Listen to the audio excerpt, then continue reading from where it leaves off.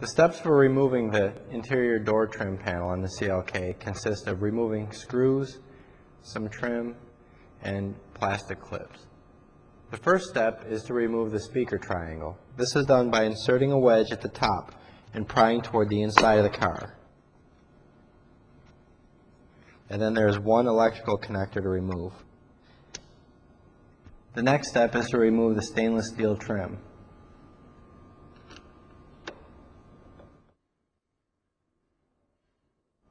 Moving on, now we can remove the door lock trim.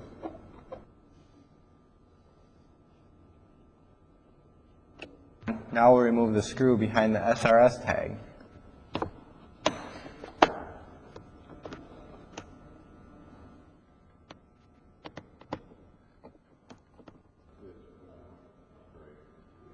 There's also a screw behind this cover. The cover is removed by prying on it with a plastic wedge.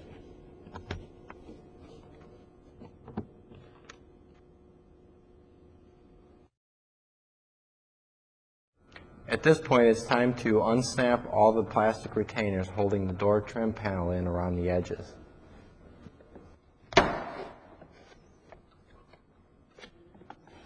The door trim panel can be removed from the door by lifting up at the grab handle and prying along the top edge with an assembly wedge.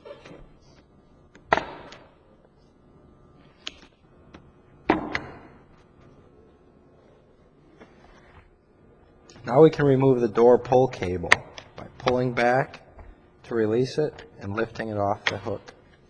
Now we can remove the electrical connectors from the door control module. And there are two.